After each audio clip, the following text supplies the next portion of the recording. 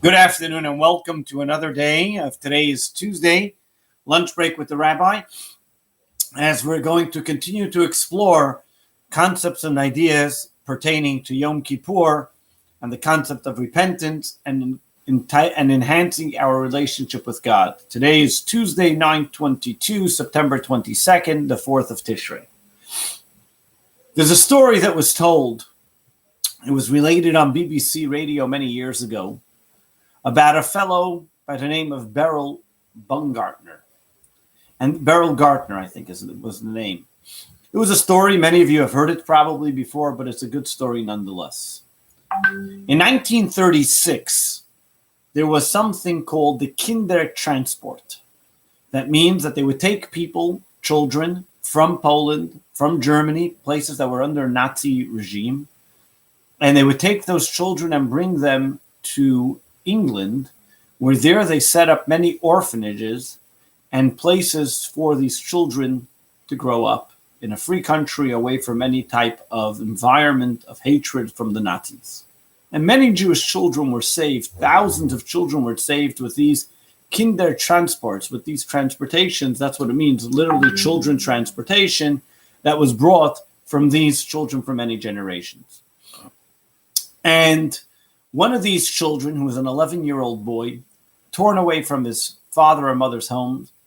In fact, his parents gave him up. They hoped for a better life. But at the end of the day, he left his parents' home at 11 years old, coming to England not knowing if he'll ever see his parents again. He was a child growing up in the orphanage. Every single day he would cry. There was nothing that could console him, nothing that could calm him. A young child crying. Whatever they did, the people in the orphanage were very kind to try to help him. There was nothing that would keep this kid stop crying. Finally, word came out that King George was going to visit his constituents. Being that he was very influential in these Kindertransports and was part of it, and this was something which England was able to show how they helped children from another country, and of course the king and queen, this was something that they can show that they did. He wanted to come visit the different places, and he would like to see of his constituents where they were. When they told this to the children in the orphanage that they're going to see the king come by, that kept Beryl, he calmed down. He was all of a sudden very excited. And he was quiet. The day came, the king and his entourage and the beautiful royal chariot is coming down the main way. And Beryl is standing from the side together with all the children in the orphanage. And he sees the illustrious chariot, beautiful horses, entourage and guards and bodyguards from all sides. And he sees the chariot of the king coming in front of him. He makes a dash through the police officers, through the bodyguards, and tries running towards the chariot of the king. Of course, the bodyguards quickly hold the kid back, and a big struggle ensues, and he's crying and he's screaming. King George looks out of his chariot and says, "What's going on?" He said, "It was this kid that tried attacking the king, and we held him back." King George says, "Bring the king here. Bring the kid here. Let me speak to him." And Beryl jumps up onto the chariot and starts crying to the king. And he's crying. And the king asks him, what's the matter? And he says, I want to see my father and mother. Bring them from Germany, bring them here.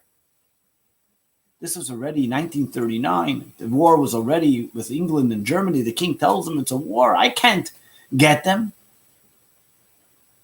But he looks at him and he says, but you're a king. You can do anything. The king looks at him and he says, what's your parents' name?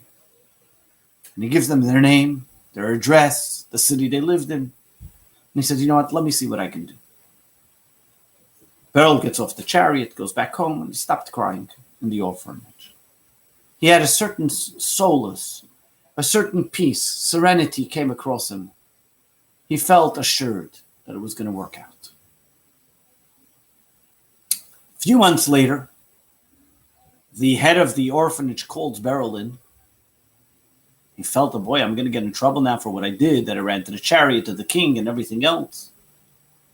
And the head of the orphanage tells him, you know, a few months ago you asked the king to bring your parents. The king was so impressed and so moved by your sincerity, he sent you a gift. Open up the door, you'll see your gift. And as he opens the door, he sees his mother and father saved from Nazi Germany, brought to him in England because of his deep, moving request to the king. Why do I say this story?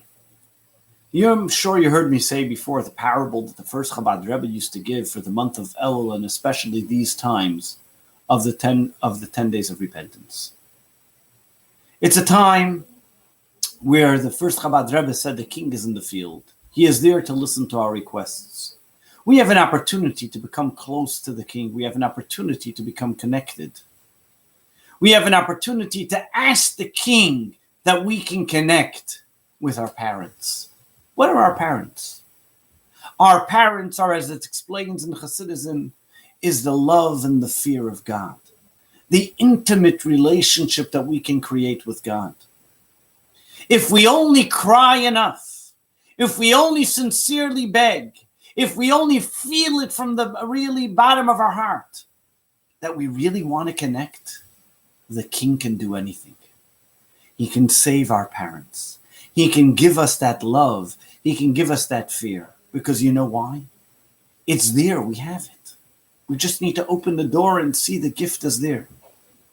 You know, in Judaism, many people associate Judaism with the concept of guilt, a Jewish mother giving you guilt. What is guilt? Is guilt a good thing? In fact, Judaism tells us in many times that guilt is a very terrible thing. To make a person feel that they're miserable, they're a lowlife, they're useless, they're nothing worth, and only feel about yourself that what did I do? What can I accomplish? I'm a nothing. That's the greatest arm or the greatest warfare that the evil inclination uses. What is real teshuvah? Real repentance means guilt over a situation, regret over a matter. In fact, Judaism tells us that the concept of teshuvah means regret on the past and commitment for the future. But not to walk around with this guilt and saying, I'm a nothing, I'm a garnish, I'm a useless, and whatever it may be, and therefore what is ever going to become of me? On the contrary, Judaism teaches us, as we explained yesterday, that every single individual has a connection with God. Every single person can go up to the chariot and ask the king for his father or mother. The question is only, are you asking? Are you making that effort? Because inherently you have the power. Don't allow yourself to be trapped by the workings of the evil inclination and say, you know what, but I'm such a terrible Jew. I didn't put on tefillin yesterday. I didn't put on tefillin tomorrow. I didn't do this. I didn't do that. I never went to sitting. All the different excuses that the evil inclination comes along and says, you're really such a terrible Jew. Why are you even bothering to practice? That's exactly the evil inclination. That's the guilt that's illegal. That's the guilt that destroys you. That's the guilt that is not allowed. That's the guilt that comes from evil. Judaism tells us teshuvah is not about guilt. Teshuva is about regret.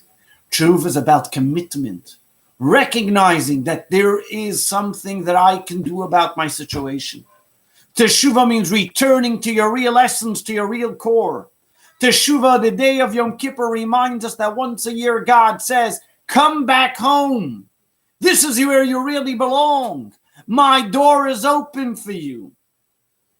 And finally, when we come there on Yom Kippur, and God tells us, yes, you're together with me in the most intimate way, then we come to the final prayer of Yom Kippur, which is the Ne'ilah prayer, where the doors close behind us and God become intimately connected.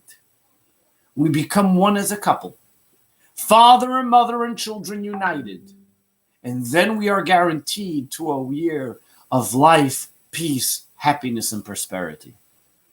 This is the cue, and this is the opening to what it means to have teshuvah. Just like that little child recognized and was inconsolable until he was able to see his parents. And when he realized he had opportunity, he dashed forward and asked the king and said, you can do anything. These 10 days of repentance tell every single one of us that we need to dash forward. Don't let anything stop you, not the bodyguards, not the police, not the royal chariot, not the fanfare of the world. Don't let your guilt get in the way.